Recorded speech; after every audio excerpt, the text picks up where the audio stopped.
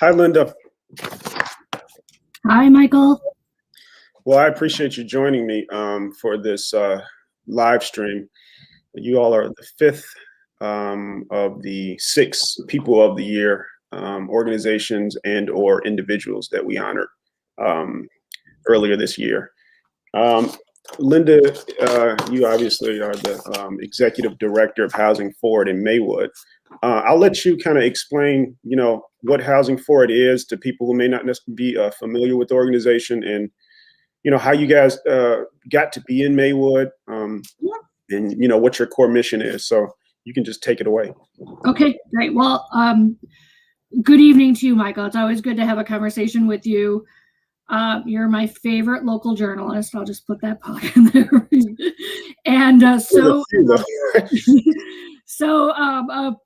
honored to be amongst area heroes who have responded to the COVID crisis for our community members.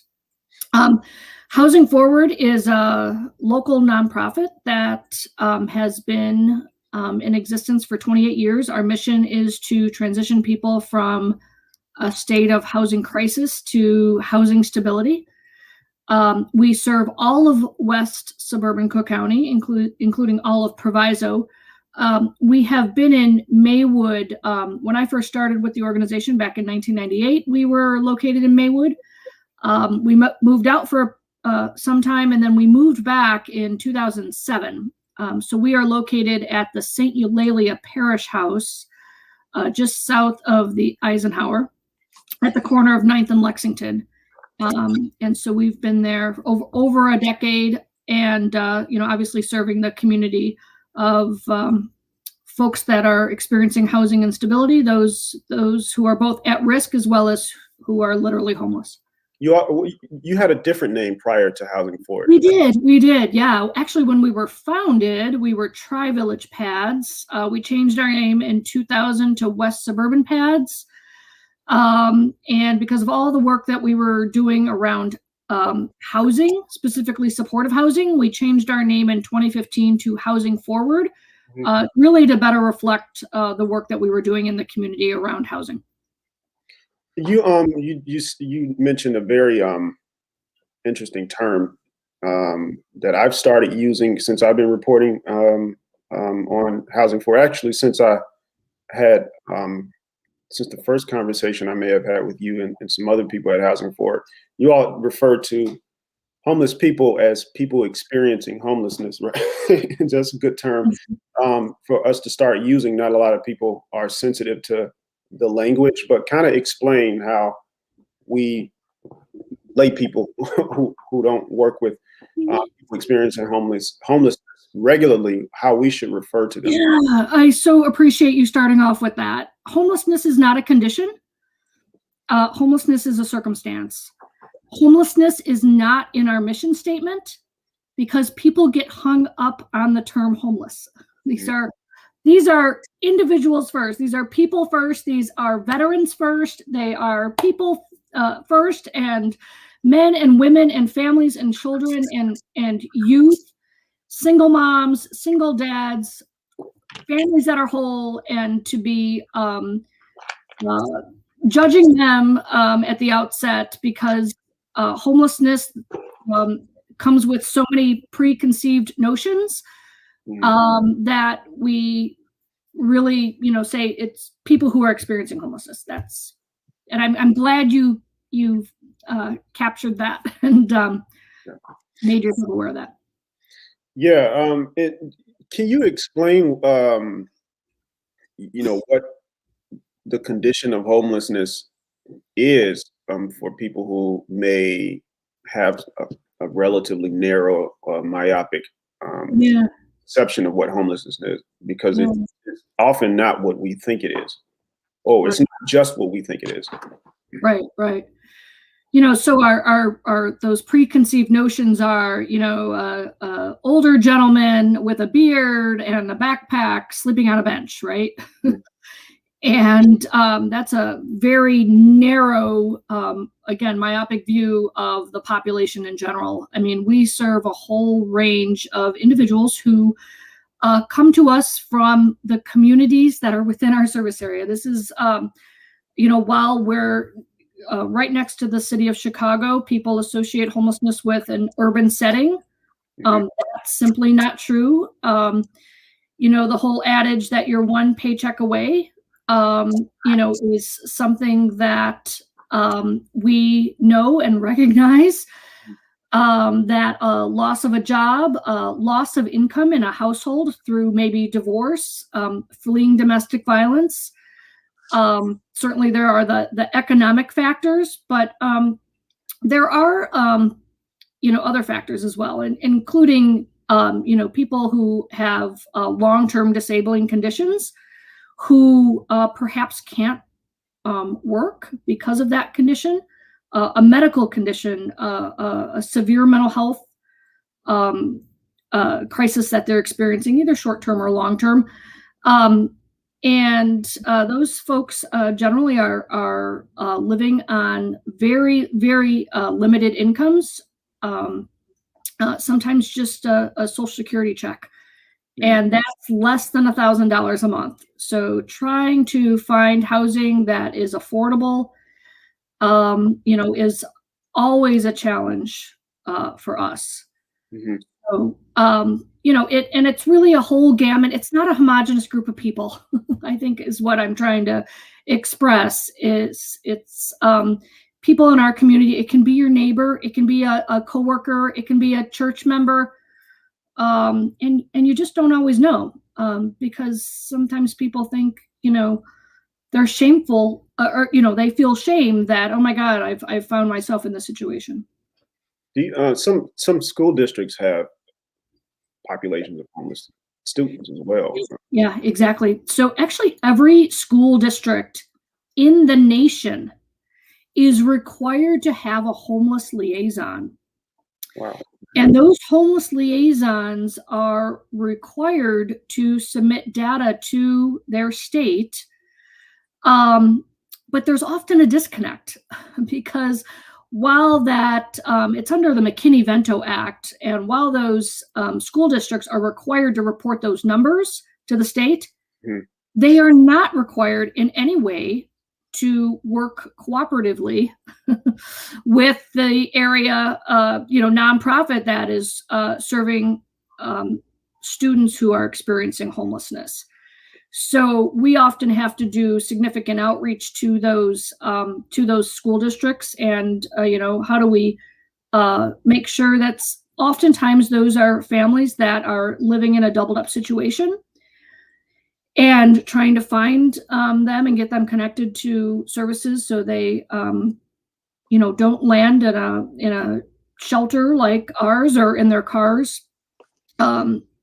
That's really important to us and part of the work that we're trying to do at the agency. Someone is asking about the numbers. Do you all have any numbers? Do you track the number of people? We do. Homelessness, like in Proviso Township or by Yeah. So, well, I don't have specific Proviso numbers, but I can tell you that when you look at our service map, which includes, I think it's 27 communities, so we stretch from Oak Park all the way out to the DuPage County line, so out to Bellwood, Hillside, we go up to Franklin Park, and then all the way down to LaGrange, Summit, Berwyn, Cicero.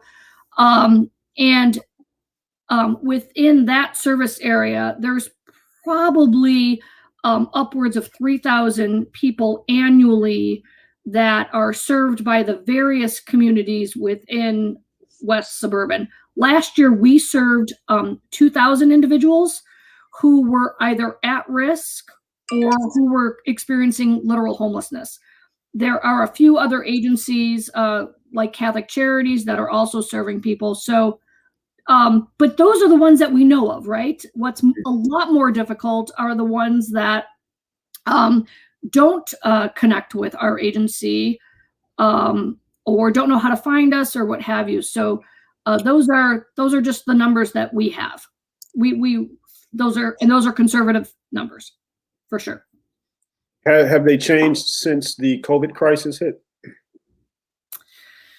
Yeah, so that's a good question. So oftentimes when there is an economic crisis or a recession, homelessness tends to be a lagging indicator of, people tend to run through their resources, right? They will exhaust all their savings. They will double up with friends or family, maybe stay in a hotel before they actually get to our front door. So I wouldn't say we've seen an elevated peak in our literal homeless. Where we've seen a significant peak is on the prevention side of the agency. So many more calls to the suburban homeless prevention call line.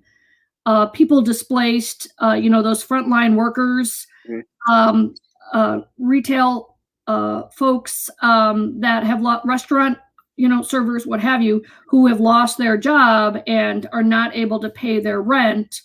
Through the CARES Act that was passed by Congress last April, we've been able to serve many more households that, predictably would be, in a state of literal homelessness. So, I think we've been able to provide a level of a safety net at that kind of front door of the agency with our prevention services. You all did you went into a really significant venture, was it late last year, when you basically secured a few rooms at the Right Inn, a hotel in Oak Park, for people to utilize who are experiencing either housing insecurity or homelessness. And I think there's a difference between the two. And you all work with both populations of people. So if you can kind of, if you haven't already, just kind of break down the difference between housing insecurity and homelessness, and what you all have done to confront those with your partnership with the Right Inn in Oak Park. Yeah, sure. So, we really define housing insecurity as someone who doesn't have housing that is permanent in nature to them. And that so if you don't have your own lease or housing, and even if you are living in a doubled up situation, we would consider that being housing insecure. Mm-hmm. If you are rent burdened, that would also be what we would define as housing insecure as well. What makes a person rent burdened? So when you're paying more than 30% of your income on your housing expenses. So when you're talking about, 50, 60% of your income going exclusively to housing, and not enough there to put into savings and to pay the rest of your bills, again, that accident, that medical condition, a setback in your source of income can really catapult you into a situation where you lose everything. Yeah. So that's how we would define that. Yeah. So really at the outset of COVID, we had to shut down our PADS emergency shelter, which is the program that was really our flagship program that got us started 28 years ago. It's a partnership that we have with the faith communities who open their doors primarily on a seasonal basis. It's an overnight shelter program. People can stop in. They don't have to pre-register. We provide them with meals and overnight accommodations. And then in the morning, then they have to leave. And then most of the shelter sites were located in Oak Park. We did have some in Forest Park and as Berwyn as well. And then people would come up to our daytime support center, which is actually in Maywood, again at the St. Eulalia Parish House. When COVID hit, we converted our rotating shelter to a congregate shelter for 6 days at Oak Park Temple. And this was right at the beginning, in mid-March, and one of our staff had actually contracted COVID. So right at the outset, we didn't know like all that we know now about COVID, and we decided, you know what, we need to convert our shelter into putting people into their own accommodations. So we converted our program to a hotel-based model. Completely shut down the pad shelter from there out. We closed our daytime support center. Staff were working remotely, except for those frontline staff that were then redeployed to the hotels and helping people get, obviously still connected to services. They were still, within Housing Forward. They were still clients, obviously, of Housing Forward.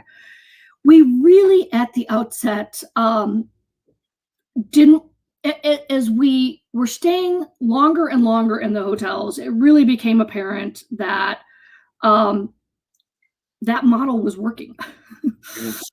And we had really kind of set some guiding principles for ourselves as well, that while we were, had this 24/7 operation going on, people were safe. Their housing for the night was predictable. They could come and go as they pleased, even though there was, we trying to have lockdown situations where we didn't want people going too far. And but we didn't know how long the funding was going to be that we had to keep people in the hotels. So we knew that at some point funding was going to end, and we didn't want anybody returning back to the streets and back to a shelter situation where they weren't going to be safe. So that was kind of the first thing, is we didn't want anybody returning back to the streets. That we wanted to set a course for ourselves where we were working to rehouse those that were now in the hotels. We wanted to stem the flow of homelessness at the outset. So while we had moved at the outset, we had moved 65 people into the hotels in March. We were continuing to receive people. But again, we couldn't just continue to expand the shelter or the hotel base. So we implemented a new program called Diversion, which allowed us to start pre-screening individuals who were calling us looking for shelter services and assessing them for what their needs were, triaging them, providing them with an infusion of sometimes financial services, so they didn't have to land with us. So we implemented Diversion. We really wanted to prepare our system for the future betterment of those that we're serving. Again, not returning back to that rotating system of shelter. We wanted to look at serving population-specific veterans, youth, families, getting them rehoused, and leveraging all those existing partnerships. So that was really important to us. And we learned a lot about our clients in the hotels. I mean, there were a lot of lessons learned. And, obviously the first and foremost is we have a very vulnerable population. And I don't say that loosely. About a third of those that we serve have an underlying medical condition. 17% of those that we serve are 55 or older, really putting them at risk. And so that was the other, obviously, really important factor, is we didn't want any of our clients catching COVID. And I can say, after almost 11 months now of serving over 400 individuals over the course of last year in interim, through the hotels and through interim housing, nobody tested positive for COVID. Wow. So those individual accommodations and all the precautionary measures that we were putting in place, nobody contracted COVID. The basic hotels, even though, they're small, they're 90 square feet or something like that, really contributed to the program's success. With individual rooms, with consistent meals. People were able to obviously store their belongings. I mentioned, the freedom to kind of come and go. They had more control over their life.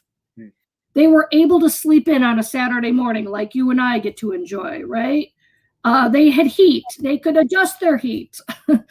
And what it allowed was it got people out of survival mode. It's really hard to focus on the end game of ending your own homelessness when you're in constant survival mode. Where's the bus stop? How am I going to get to the shelter?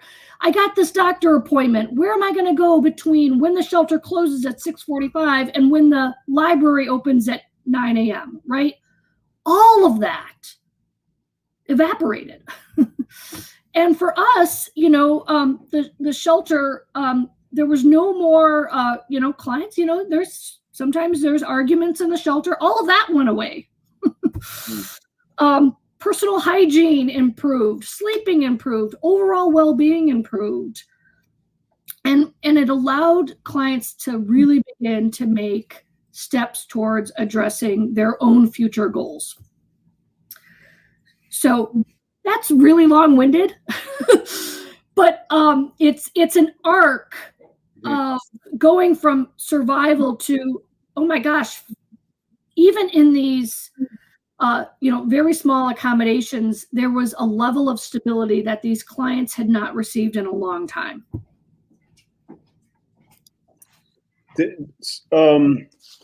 Wow, that's interesting. The idea of stability, because a lot of people assume, that the people are the reason they're homeless or the problem. So you don't recognize it's the system. Yeah. I'm sorry. I wanted to make sure that we talked about what Housing Forward's vision in the future, in the deep future, is when it comes to addressing homelessness, and what are some of your comprehensive plans, for the next 5 or 10 years? Yeah. So I didn't get to answer your question about the write-in. So in June and July of last year, we were really trying to figure out what's our exit strategy. And we made the decision to focus on a housing surge and try to figure out how do we continue this model that seems to be working with hotels. So we were actually led to the write-in. We were operating out of the other hotel in Oak Park. We were operating out of the Carlton, the Super 8 in North Lake, and the Best Western in Franklin Park. And, our staff was getting worn out, operating from 3 different hotels. And so the write-in, the other hotel in Oak Park, had actually been shut down since the outset in March. And we were suggested calling them. And initially the conversation was, hey, can we rent a floor? Because one of the other things that we wanted to do in partnership with Cook County Health, who we have a couple of housing partnerships with, is expand upon our medical respite program. So we went there with the intention, hey, we're going to rent a floor.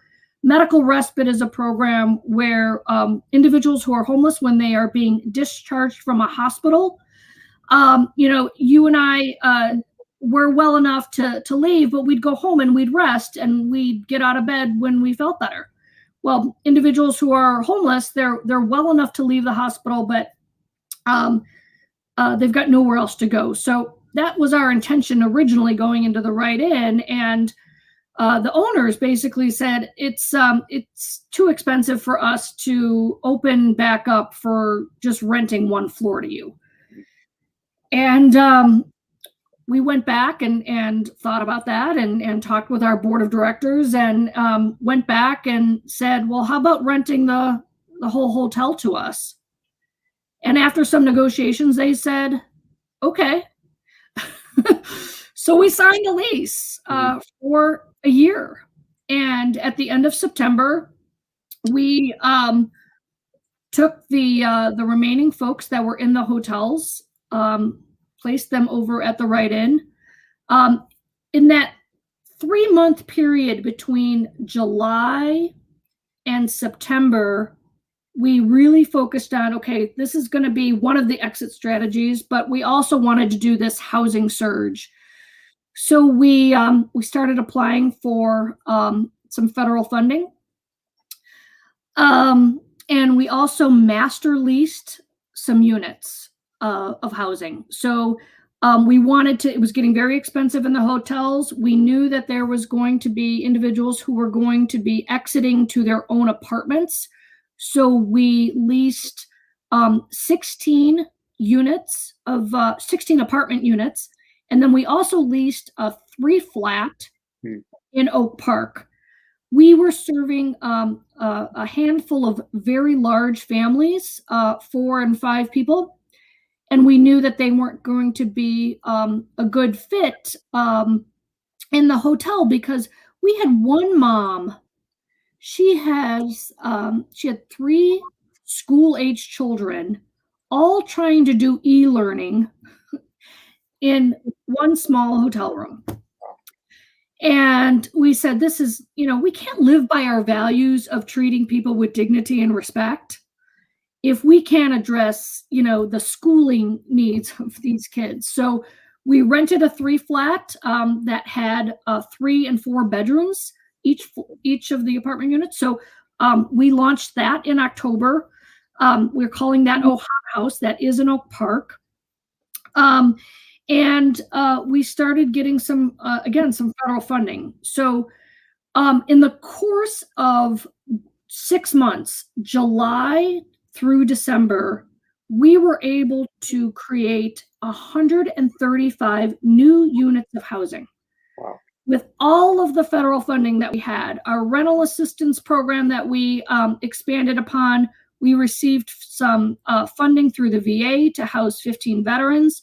We received additional funding from HUD to start a transition age youth program. Transition age youth are 18 to 24-year-olds who are homeless that are oftentimes aging out of the foster care system. We were working with the Oak Park Housing Authority, who secured some housing choice vouchers that are restricted to people who have disabling conditions. So with all of that, we were, this kind of population-specific housing, we secured funding for 135 units of housing. So a lot of people that were in the hotels over the summer were really set on this path towards you're getting housing and you're going to get housing. And then folks that were still in line, we moved them over to the Right Inn. The Right Inn has 65 hotel rooms. And some of those have been converted now to staff offices. There are 47 individuals over there right now who would otherwise be in our normal emergency shelter. And then we did, in fact, launch the expansion of our medical respite program with Cook County Health. That started in December. And they are on one floor of the hotel, and they have 18 beds. And some of those hotel room spaces are actually dedicated for COVID isolation for, again, individuals who are homeless. I have a specific question from Randall McFarland, the co-founder, one of the co-founders of Best of Proviso Township. Yeah. Hi, Randall. Nonprofit. He had a long question, but I can't put it on the screen because it'll obscure both of our faces. Okay. So I'm going to read it. He made a few points. One is that Best of Proviso over the holidays have done events. Well, they regularly do events, and when they're at those events, they acquire contact information from students who may be either housing insecure, experiencing homelessness. Yeah. and they make sure that the students experiencing housing instability don't miss out on blessings due to their circumstances. He asked, there's a local group home in one of the Proviso Township suburbs. Mhm. And he wants to know, are there any group homes slated for girl teens? I guess either that you all are, you know of, or are developing. And then he says where they have their own apartment or share an apartment. Yeah. The So boys' good home question. has accommodation for. Yeah. So the primary agency that are serving homeless youth is Youth Outreach Services. And they do have a very small, I think it's only 3 beds. And I'm not sure if it's in Bellwood or Melrose Park. And I'm not sure if those units or those beds are actually dedicated to teenage women. Yeah, he says that one is currently for boys. Okay. So the new program that we launched, and it's actually in partnership with Youth Outreach Services, and this is a program that launched in October. It's called Bridge for Youth. It's for 18 to 24-year-olds. So we can't serve a 16 or a 17-year-old, but we can serve both non-parenting youth and parenting youth. Exactly. Yep. And we also partnered with New Moms as well. So they are our service partners, and then we are the housing partner. And so we have a combination of apartment units. So we have what's called transitional housing. It's the technical term is Housing Forward is actually on the lease for those units. And then those transition age youth actually go into transitional housing. We really provide them with super intensive support. Many of these, if not all of these youth have been traumatized by either the criminal justice system, again, being part of the foster care system, perhaps being runaway youth. Oftentimes, they're part of the LGBTQ community. And so we can serve them in transitional housing. And then, all of those services are there. We're, of course, paying for all the housing, utilities, etc. But we also have dedicated units as part of that program for what's called rapid rehousing. And that's rental assistance, where, maybe the youth is 23 and maybe they do have some work experience. And then we can place them in that unit. They would be exclusively on the lease. We have in that program, so in Bridge for Youth, we have 7 transitional housing units, and we have 16 rapid rehousing units. And the youth can stay in both of those programs for up to 24 months. Wow. Okay.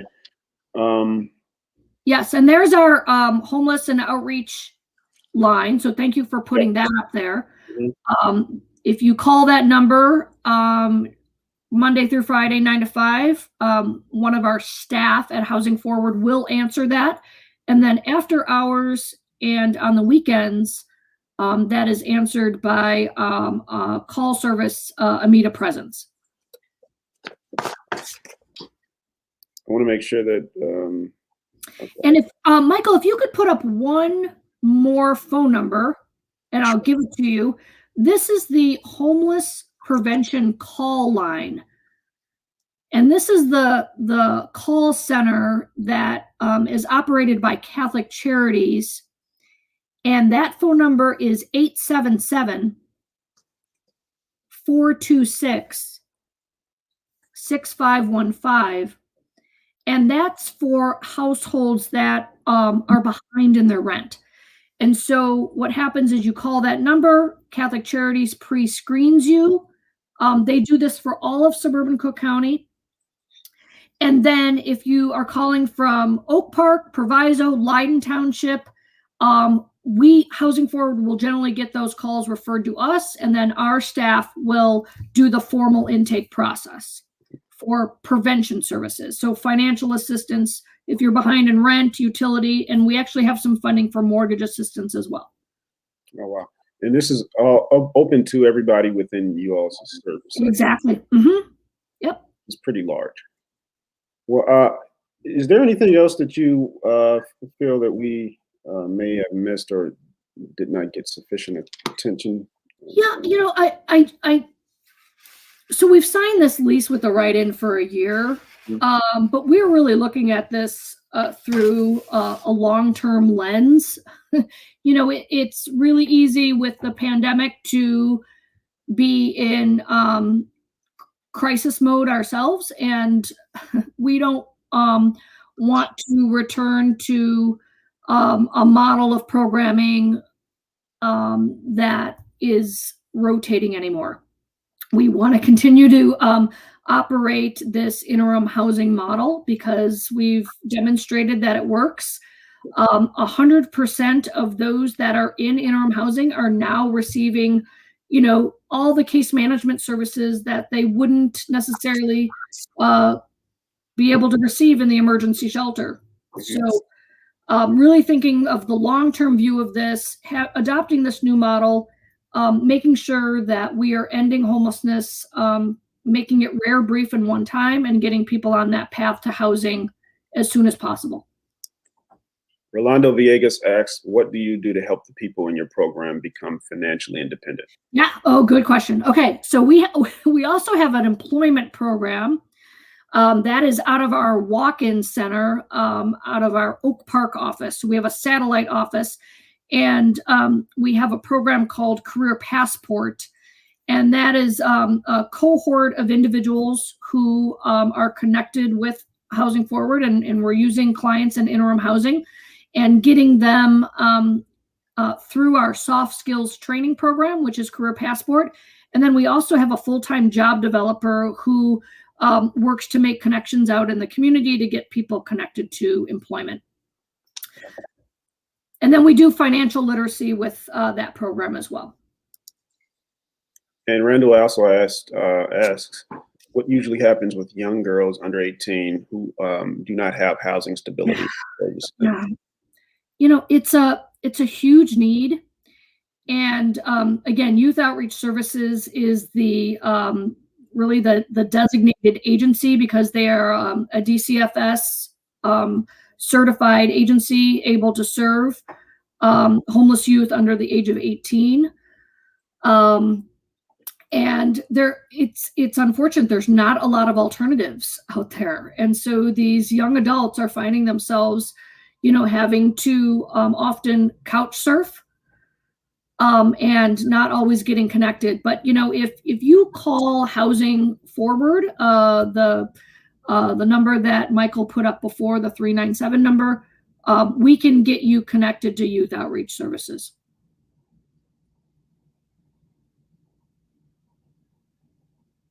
Okay, let me make sure that I can find that. Is that the number? So that's our number. Yep, that's our 24/7 intake line. And then the homeless prevention number. And exactly perfect. I really appreciate the conversation. Learned a lot of new stuff. You all are doing a whole lot in the community. I don't know how you sleep. But I do want to before we end this, ask what it is, what it takes to kind of operate Housing Forward, and what does your support team look like? Because I know you're not doing all this stuff by yourself. Yeah, no, we have an amazing staff. In order to come work for Housing Forward, you have to be a good fit. Yes. You have to think beyond yourself. You have to have a passion to work for not only Housing Forward, but a passion for working for individuals who have been traumatized. Some of the people that we serve really gets at you. And I think that's what keeps us motivated, as you know, that we want to serve those within the community in a very holistic way. We don't want to see anybody sleeping in a park or sleeping in their car. I mean, it's inhumane.